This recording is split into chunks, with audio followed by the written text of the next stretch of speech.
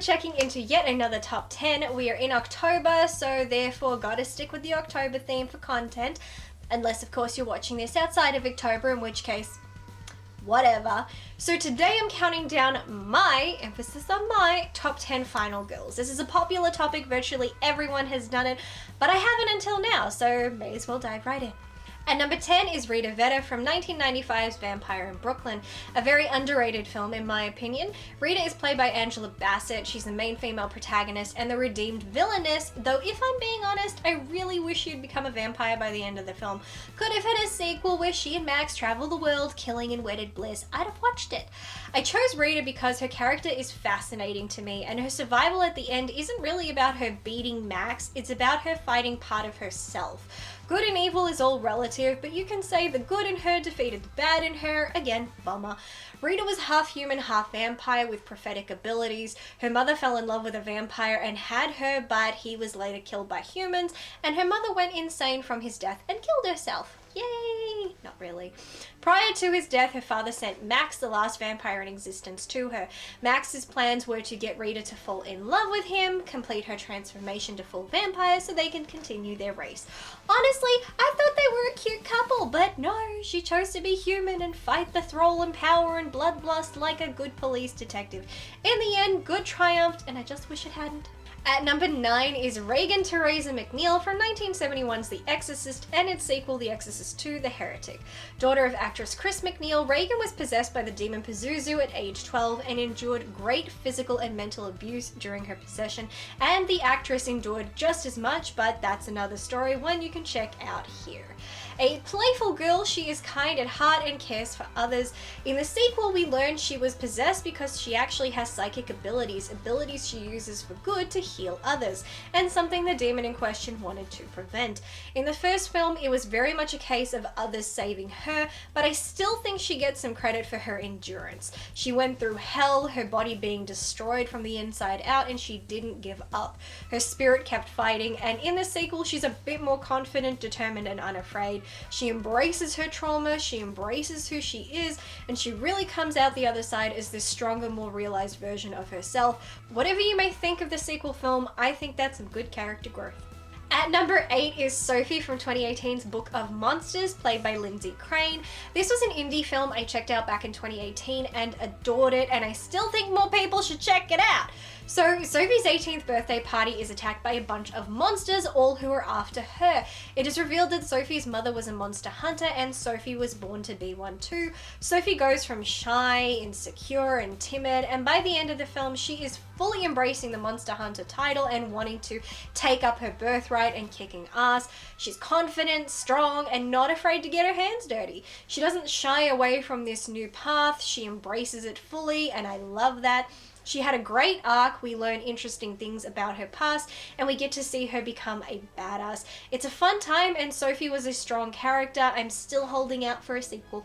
At number 7 is Carol Ann Freeling from 1982's Poltergeist and its sequel Poltergeist 2: The Other Side and Poltergeist 3. She was played by Heather O'Rourke, who sadly passed away during filming of the third film.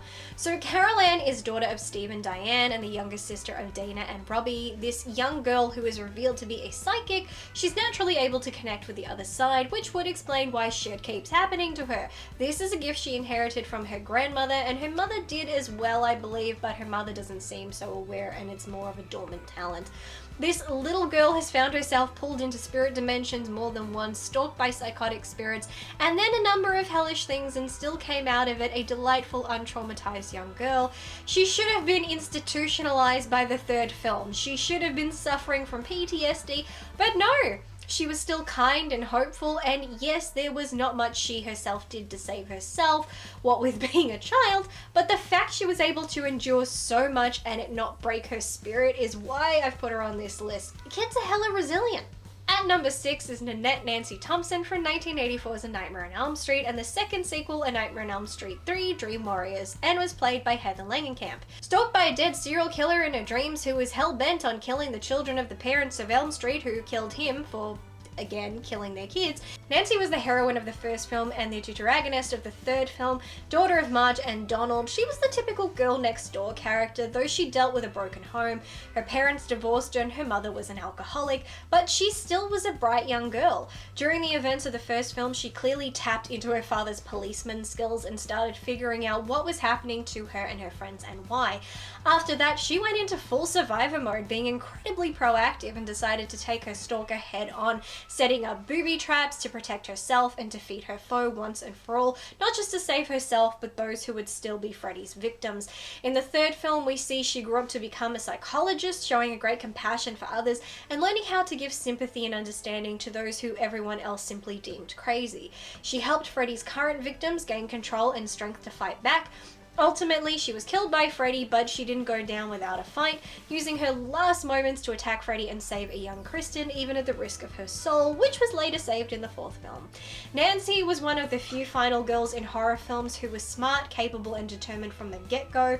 She never backed down and was prepared to fight no matter the odds, making her a hell of a final girl. At number 5 is Julie James from 1997's I Know What You Did Last Summer, and its sequel I Still Know What You Did Last Summer, and is played by Jennifer Love Hewitt. Of her group of friends, Julie was the most intelligent and down-to-earth and the least superficial. She was the most guilt-ridden over the events of July 4th and against the actions of her friends initially. When threats and attacks began, it was Julie who was the first to take them seriously and want to properly investigate the situation, showing once again she was the smartest and most level-headed of the group. Traits that helped her to survive the final confrontation with the fisherman. The best thing about the sequel is that it shows Julie trying to live her life but dealing with her very expected PTSD, and that makes her very relatable. When it's clear she's under attack again, she's once again leaps into action, prepared to take on her assailant and end her torment once and for all. It's not her smarts or survival instincts that make me love her. It's the realistic portrayal of her guilty conscience in the first film and her PTSD in the second film, and how she lives in spite of those that make me love her. At number 4 is Celine from 2003's Underworld and all of its sequels, and is played by Kate Beckinsale. How could I not include her? She's the main antagonist of the entire franchise and has gone through a hell of a journey. Born in 1383 in Hungary, her family is slaughtered by vampire elder Victor to hide the fact her family was hired to build a fortress for the first werewolf William called Venus. But Celine reminded Victor of the daughter he killed, so instead he turned her and she became his loyal and best death dealer, fighting for centuries slaughtering werewolves on the regular. Then she meets her lover Michael and finds out her father figure is a fraud. He's not the first vampire and he killed her family, and Michael is the last descendant of the immortal Alexander Corvinus. She becomes a new super vampire, kills the first vampire, Marcus Corvinus, exposes the vampire's shady history. She develops a whole new set of powers beyond the normal vampire, then gets pregnant, has a child while in cryostasis, loses the man she loves, survives near extermination, has to stay away from her own child, is hunted by werewolf and vampire alike, and then goes through yet another transformation process like we're unlocking power-up levels in a video game. That woman has been through centuries of pain, loss, suffering, war, and no matter what is thrown at her, she keeps on fighting and just comes back more powerful than ever. And now she's a vampire elder. Finally, some recognition for this bad bitch. At number 3 is Sidney Prescott from 1996's Scream and its sequels, and the one that's not even out yet. Played by Neve Campbell, of course. What a journey this character has had. Sidney is the only character on this list who started off her journey damaged. When we meet her, she is grieving the murder of her mother, and she was the witness who put the alleged killer behind bars. Everything after that was just shit on more shit. Friends start dying, someone's trying to kill her, turns out it's her boyfriend and his bestie. Oh, but turns out they killed her mum, and it was because her mum was screwing his dad in half the town. Instead of cracking under pressure, she rose to the occasion, turned the tables, and kicked their asses.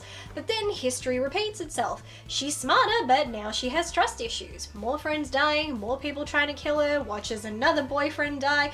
Oh, turns out it's her psycho ex's psycho mum and a psycho student she found online. By this point, she's gone into hiding, changed her name, lives under lock and key, away from the world, and is dealing with some PTSD while being a crisis counselor. But shit hits the fan again. Friends are in danger, she's in danger, and then she gets to learn she has a psycho half-brother who orchestrated the shit in her life, because turns out he was a product of her mother being gang raped, which caused her to go down a path of self-destruction. Fun times! But she came out of that stronger and more resilient and in control of her life and even became a best-selling author. That is until murder started happening again. Only turns out it's mostly because of yet another crazy relative. I do not want to be a member of her family. Her own psycho cousin is jealous of her cousin's fame. I don't know if you are following this recap of Sydney's life, but it's not one to be jealous of.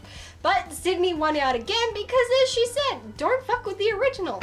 In second place is Laurie Strode from 1978's Halloween and its sequels and reboots, played by Jamie Lee Curtis. Talk about a character who's been through every storyline you can think of. If it weren't for 2018's Halloween, I'm not honestly sure if I'd put her on this list. Born Cynthia Myers, she's the younger sibling of serial killer turned metahuman Michael Myers, who was adopted after the death of her parents in an automobile accident. For the first two films, Laurie is very much the damsel in distress character. Everything she does is reactionary, defensive, never offensive. Fair enough. She's a scared teenager being stalked by an unstoppable killer. She's the friendly, compassionate, responsible person who cares more about her studies than getting laid. Good for you. When under attack, her focus is to run and hide and just try to stay alive. Again, fair enough. Skipping over films 3, 4, 5, and 6 come the events of Halloween H2O, where she's now a functional alcoholic who suffers from severe PTSD, constantly living in fear her evil brother will return, cause she's smart, she's not stupid. Unable to hold down a marriage, she's a strict mother, but only because she fears for her child's well-being, nothing wrong with that. She lives a cautious life under a new identity, Carrie Tate, but soon Michael returns and her fear and paranoia are proven to have been warranted as she fights tooth and nail to save her son and his friends from her brother. Come resurrection, she is now in the nut house, but only acting crazy as she awaits her brother. Just as she thinks she's finally one-upped him, he kills her. Tragic ending. But the 2018 film negates all of this and instead reinvents the character in a kick-ass way. While the world idolizes serial killer Michael Myers, they demonize Laurie as his only surviving victim because people suck. Using her failed marriage, losses of custody, and unusual habits against her, everyone underestimates this woman and takes her as insane and unhinged, when in fact she's the strongest and smartest of the bunch. She trained herself and her daughter and turned her home into a giant Michael trap, knowing one day he would return. She spent decades preparing herself and her loved ones for the inevitable, and she waited patiently for her prey, turning herself into the ultimate hunter, becoming a badass not to be fucked with and a final girl I love. And in first place is Lieutenant First Class Ellen Louise Ripley from 1979's Alien and its sequels, and is played by Sigourney Weaver. I ummed and ahed over who deserved first place on my list, and I ultimately settled on Ripley because unlike almost every final girl in history of final girls, Ripley was a badass from the start. With most final girls, they start off meek, timid, the damsel or good girl, and go through this metamorphosis due to their trauma that turns them into a badass. But Ripley was one from the jump. Her journey through each film and each time taking on another threat or threats and then going through her own physical changes, it only amplified everything she already was. She's a strong-willed, level-headed woman who is also very determined, and she's a natural-born protector. She's a by-the-book kind of person and has a strong sense of duty, and that reflects in everything she does. Despite the odds, she survived, and she did because of her smarts and her determination. Naturally, she comes out the other side a little damaged and suffers from nightmares and significant PTSD, as you would, but she doesn't let it control her or define her. She takes everything she went through and uses it as a learning curve. She becomes a xenomorph expert, and no matter how many soldiers you send in, 10 of them still don't add up to one Ripley. She beats the odds at every turn, and one reason is that she never underestimates the capabilities or intelligence of her opponent, where everybody else does, either thinking just point and shoot or believe they can tame these alien beasts for personal use. But Ripley has a brain and she's not afraid to use it. As time goes on, she gains a bit more brawn as well, and by the events of the third film, she makes the ultimate sacrifice, killing herself to destroy the alien embryo inside her. But come film 4, she is now a Ripley clone infused with Xenomorph Queen DNA, making her a badass killing machine. But the part of her that is still Ripley is still firmly on the side of kicking alien ass right to the very end. Ellen Ripley is one of the most badass final girls to ever exist.